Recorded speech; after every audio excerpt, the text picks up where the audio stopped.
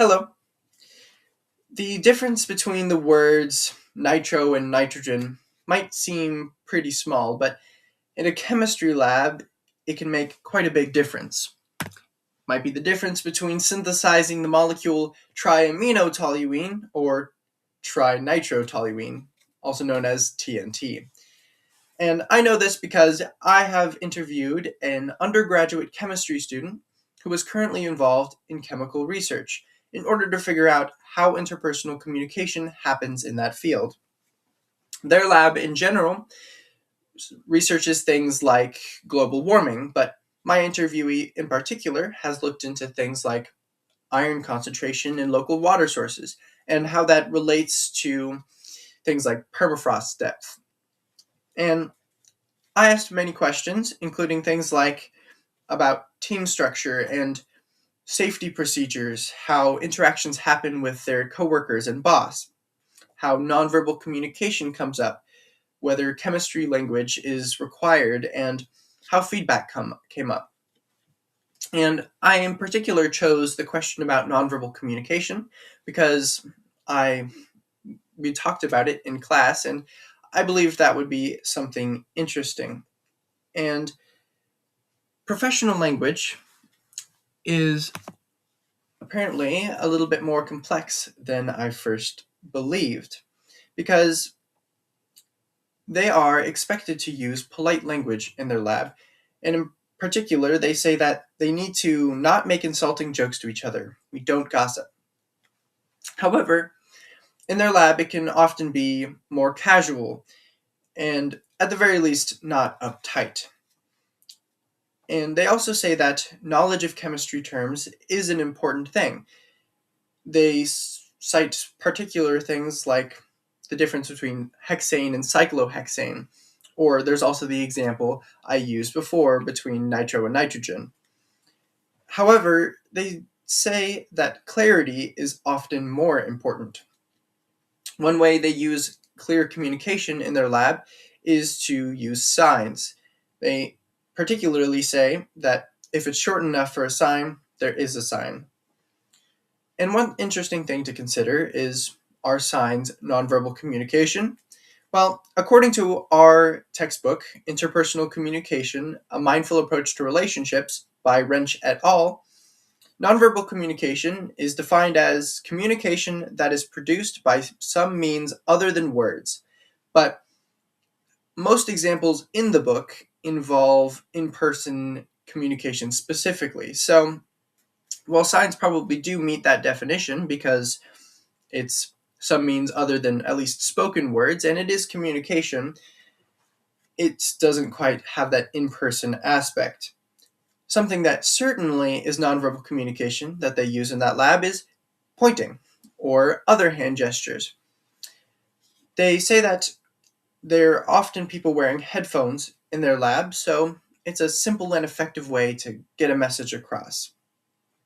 And they say that using hands can indicate tone or indicate meaning, and sometimes even more than what is communicated through words. However, they admit that sometimes it can still lead to miscommunication.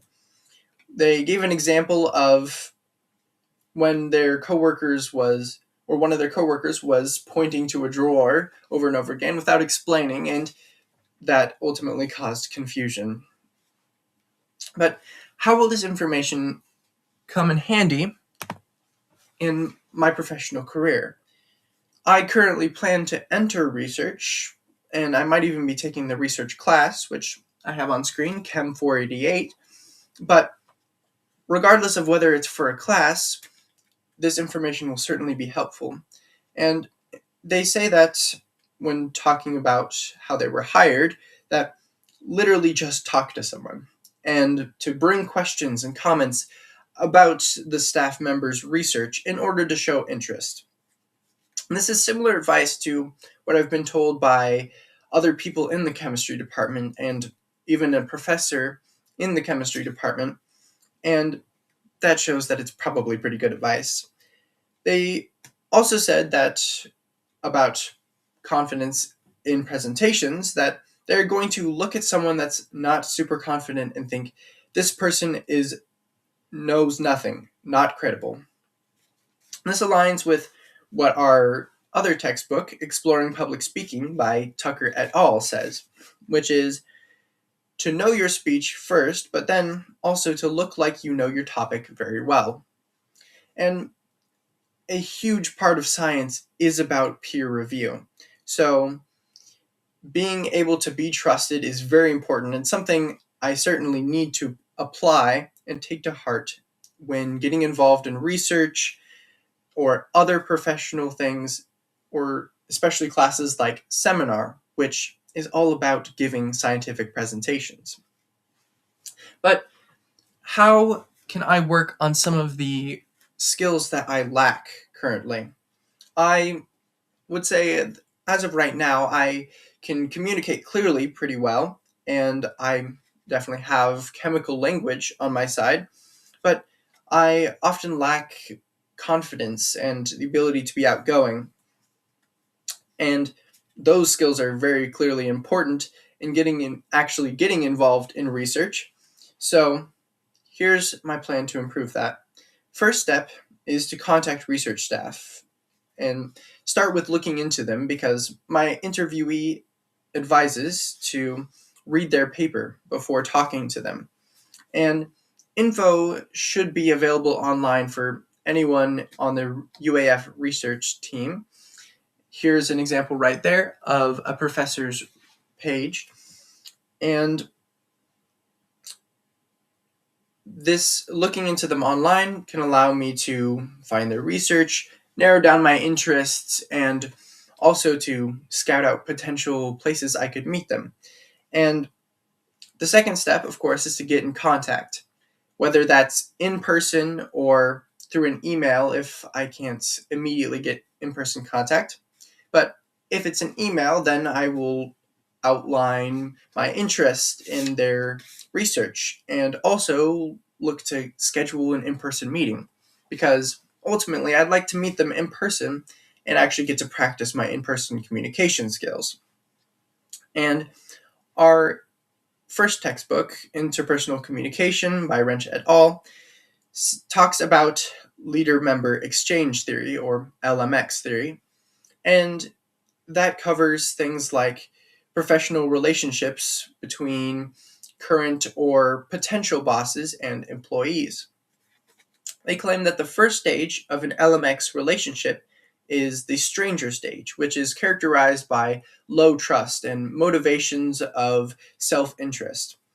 And so I can emphasize to a research staff member my abilities and my accomplishments and awards. For example, I have here my Buffer Skills badge and my name listed on the Chancellor's list. So this won't be an easy task, sure, but it will certainly be worth it in the end. And I am helped in this effort because I now know I'm expected to be polite and use clear communication in a research lab. And in order to succeed, I need to talk to staff and show confidence. And this has allowed me to make a plan in order to work on my fears and my lack of confidence. And all of this I can apply whether or not I end up taking the research class next semester. And notably, even this interview itself is a good start, because during the interview, they said that they could put a good word in with me to their research PI. And thus, I believe that one last helpful thing for me to consider is I should expand my circle of acquaintances and friends in the chemistry department in order to start my expanding network. Thank you.